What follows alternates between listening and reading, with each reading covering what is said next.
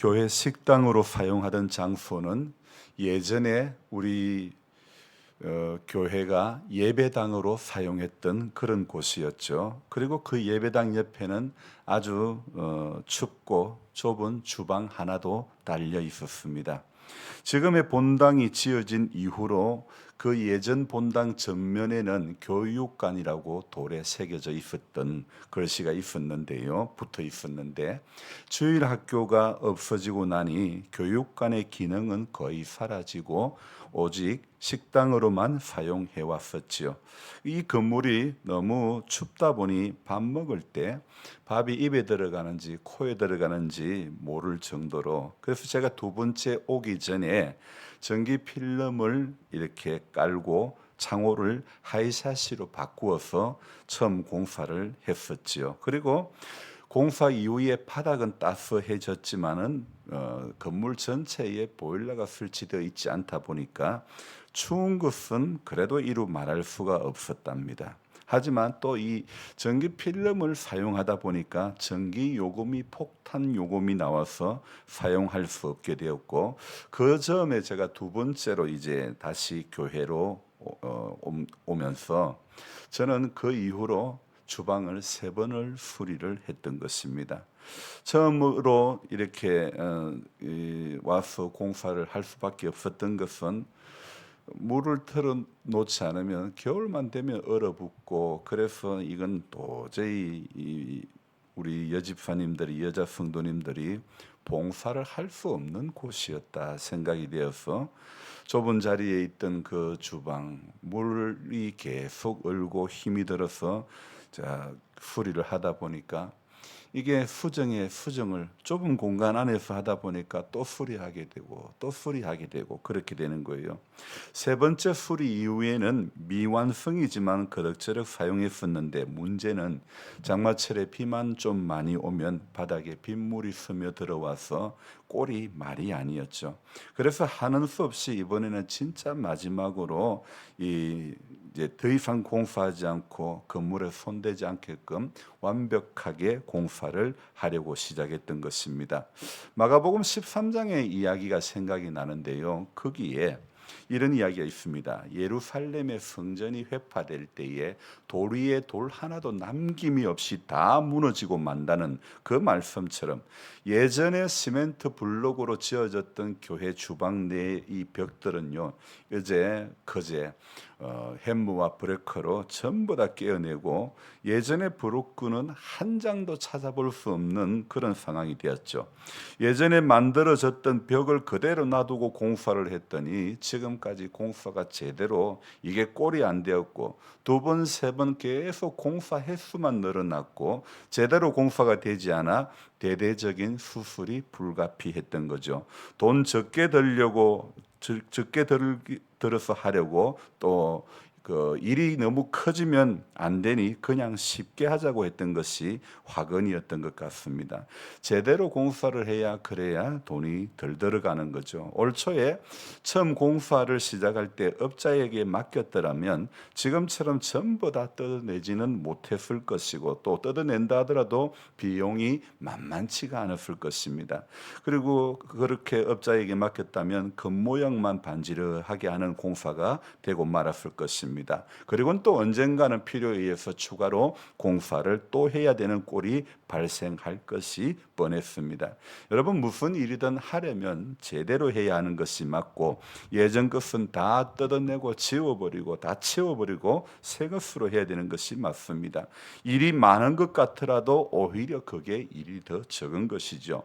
여러분, 여리고 성을 함락시키는 전쟁 가운데서도요, 이 6장, 7장에서는 아이 성과의 전쟁이고, 그리고 6장에서는 여리고 성과의 전쟁인데요.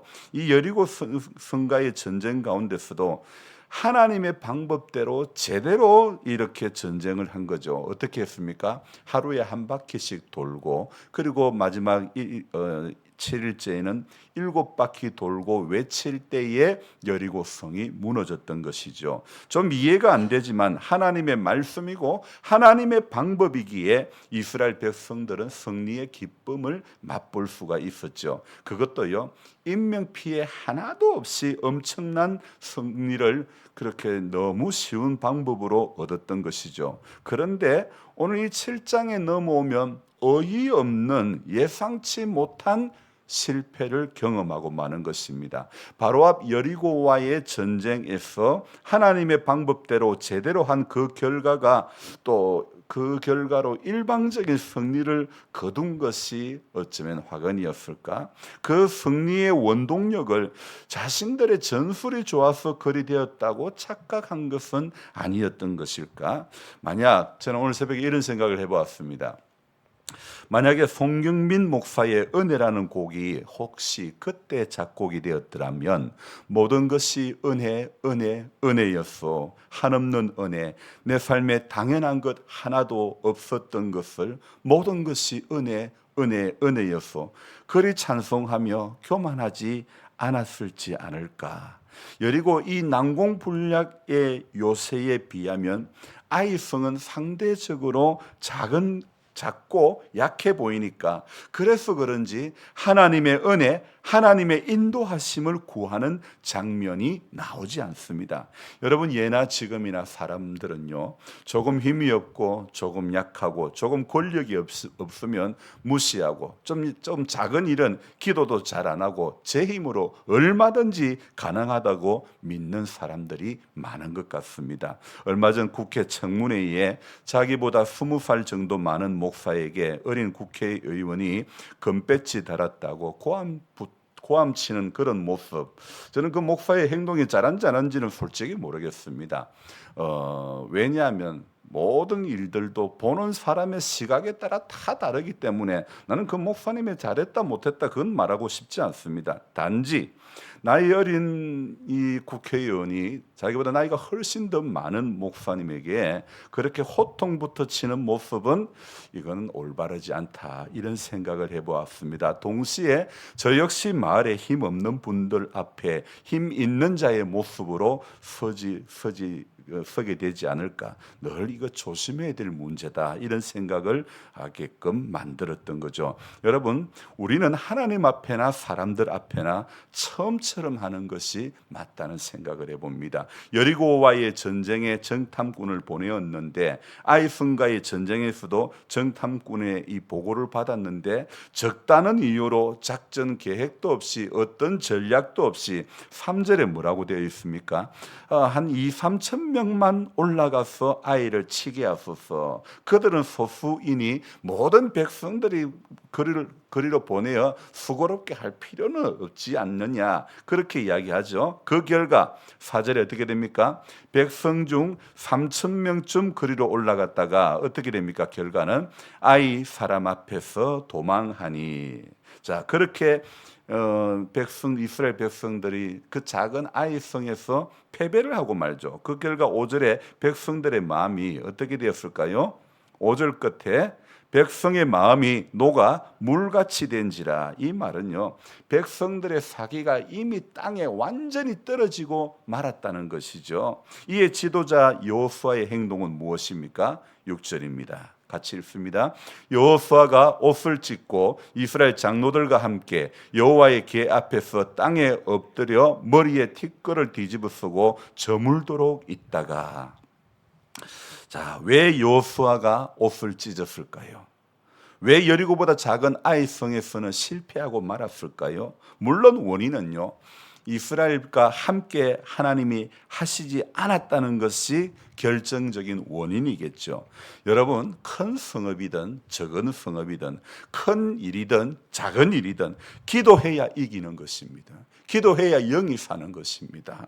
여러분, 왜 현대 기독교인들이 욕을 먹고 비난의 대상이 되고 있습니까? 처음 마음먹은 대로 살지 못하고 그리 믿지 못하고 깨어 기도하지 못하고 예수님 말씀하셨음에도 불구하고 조금 안다고 조금 믿은지 되었다고 하나님 앞에서 목사라고 권사라고 장로라는 계급놀이만 하고 있고 전부 세리의 심정으로 가슴 치는 사람은 없고 제 하고 싶은 것만 하려는 요나처럼 살려고 하는 사람들이 많기 때문이 아닐까요? 여러분, 공사도요, 제대로 해야 두 번, 세 번 안 하게 되는 것처럼 성도도 제대로 믿어야 하나님 나라에 들어가게 되는 것입니다. 성경은 분명히 말씀합니다. 나더러 주여 주여 하는 자마다 다 천국에 들어가는 것이 아니라고. 어떻게 해요? 내 아버지의 뜻대로 하는 자라야 천국에 들어갈 수 있다고요. 여러분, 봉사 많이 한다고, 헌금 많이 한다고, 선교 많이 한다고, 어려운데 돌아본다고, 그거 아닙니다. 내 아버지의 뜻대로 행하는 자라야 하나님 나라에 합당한 사람이라고 성경은 이야기하고 있지 않습니까? 여러분, 지금까지 제대로 된 공사를 하질 않았으니 계속 두 번, 세 번 돈만 계속 들어갔던 거죠. 여러분, 신앙도요, 제대로 믿어야 시간 낭비 안 하고 하나님 앞에 인정받고 빛과 소금이 되는 것이고 열매 없는 자가 아닌 열매 있는 자가 되는 것입니다. 오늘 아이성에서 실패할 수밖에 없었던 가장 큰 이유가 어디에 있느냐? 오늘 1절에서 찾아볼 수 있습니다. 1절의 한 문장입니다. 어떤 이야기일까요? 자, 1절, 이스라엘 자손이 어떤 것으로 범죄했다고요? 온전히 바친 물건으로 범죄했다. 이 온전히 바친 물건이라는 것은요, 하나님께서 여리고 성가의 전투에서 하나님 앞에 하나님이 모든 것을 다 드리라고 했죠. 자, 6장 17절로 돌아가 봅니다. 이 성과 그 가운데 있는 모든 것은 여호와께 온전히 바치되 기생 라합과 그 집에 동거하는 자는 모두 살려주라. 이는 우리가 보낸 사자들을 그가 숨겨 주었음이라. 6장 17절 이 말씀에 이 성과 그 가운데 있는 모든 것은 어떻게 하라고요? 온전히 여호와께 바치라. 그렇게 이야기하고 있습니다. 하나님의 명령은 온전히 바치라는 것입니다. 이 온전의 문제는 바로 7장을 시작하는 1절에도 아이성과의 전쟁을 시작하는 이 첫머리에 또 등장합니다. 1절에 온전히 바친 물건으로 말미암아, 또 뒤로 가면 온전히 바친 물건을 가졌습니다. 누가요? 여리고 성과의 싸움에서 이 재물을, 그 전리품을 탐을 냈던 아이성과의 전투에서 아간이라는 사람이 있죠. 사실 이 사람이 탐낸 거 그 대단한 거 아닙니다. 별거 아닙니다. 왜 투함벌에다가 은 200세겔, 금 50세겔, 한 10억, 100억 되는 것도 아니고 대단히 많은 것 아닙니다. 그러나 이 그 별것 아닌 것에 아간의 마음은 탐심이 작용되었고, 그 아간 마음 속에 있는 탐심이 바로 지금 민족이 위기를 당하고 있는 그런 상황 가운데 놓여 있습니다.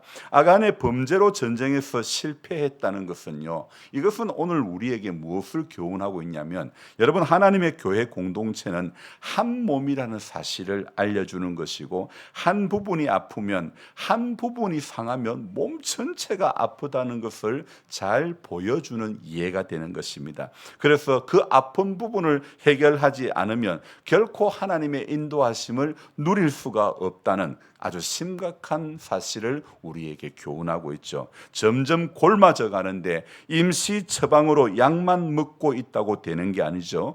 아프더라도 상처를 도려내고 고름을 짜내어야 근본적인 치료가 되는 것 아니겠습니까? 오늘 여호수아 6장 7장에서 교훈하는 온전히 바친, 그것이 아프더라도 도려내야 온전히 바친이 가능한 것 아닙니까? 커다란 승리 이후에 어이없는 패배, 어떤 전리품도 취하지 말라고 했던 엄중한 경고가 충분히 이해가 되지 않습니까?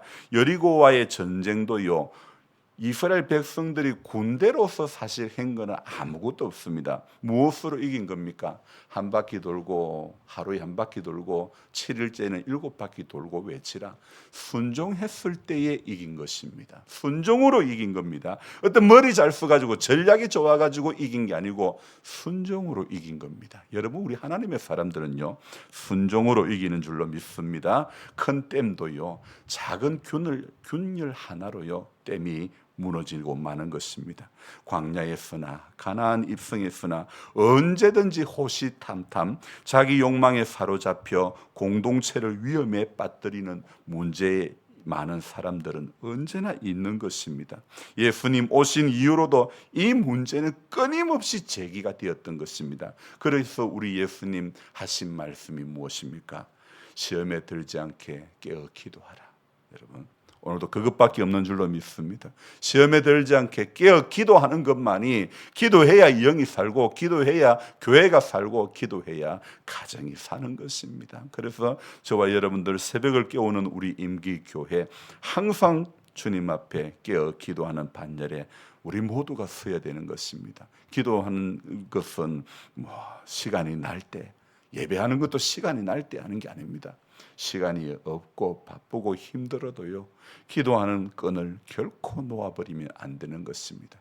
기도할 때, 순종할 때 이기는 것이지, 전략이 전술이 좋아가지고 지혜가 많아가지고 이기는 것 결코 아니라는 사실을 오늘 꼭 기억하시고, 이 하루도 하나님 앞에 살아가면서 하나님, 내가 기도함으로 살아나기를 원합니다. 우리 교회가 기도함으로 깨어나기를 원합니다. 그렇게 기도하며 하루를 시작하기를 주의 이름으로 축복합니다. 기도하겠습니다. 좋으신 하나님 아버지, 이스라엘 공동체가 무너지는 것, 전쟁에 실패하고 마는 것, 오늘 온전히 바친 이 문제 앞에 그들이 걸려들고 말았습니다. 하나님, 군대로서 그들이 한 것은 아무것도 없습니다. 전략도 없고 전술도 없고 아무것도 없습니다. 다만 순종함으로 하루에 한 바퀴씩 돌았던 그 순종함이 그들로 하여금 승리의 기쁨을 맛보게 한 줄로 믿습니다. 그러나 그 큰 여리고성이 무너뜨려진 것임에도 불구하고 어이없게 아이성에서 어이없게 실패하는, 패배하고 마는 모습을 보면서 우리도 잘 믿다가 어이없이 낙심하고 어이없이 시험에 빠지고 믿음의 자리에서 낙오하고 하나님 원하는 길을 걸어가지 못하고 원치 않는 죄악의 길 앞에 설 때가 얼마나 많은지 모릅니다. 주님, 우리를 불쌍히 여겨주시고 제대로 믿고 제대로 신앙생활하고 입으로만 주여 주여 하는 자가 되지 않게 해주시고, 주님, 선줄로 알지 않게 하시고 넘어질까 조심하고, 언제나 교만에 조심하고 물질에 조심하고 이성에 조심하고 세상 조심할 것이 얼마나 많은지 우리가 깨달아서 하나님 말씀대로만 살아가려고 애쓰고 몸부림칠 수 있도록 도와주시옵소서. 감사를 드리며 예수님의 이름으로 기도드리옵나이다. 아멘.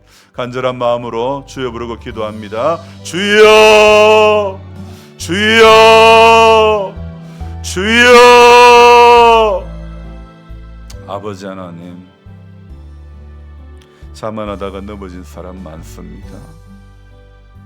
선줄로 착각하다가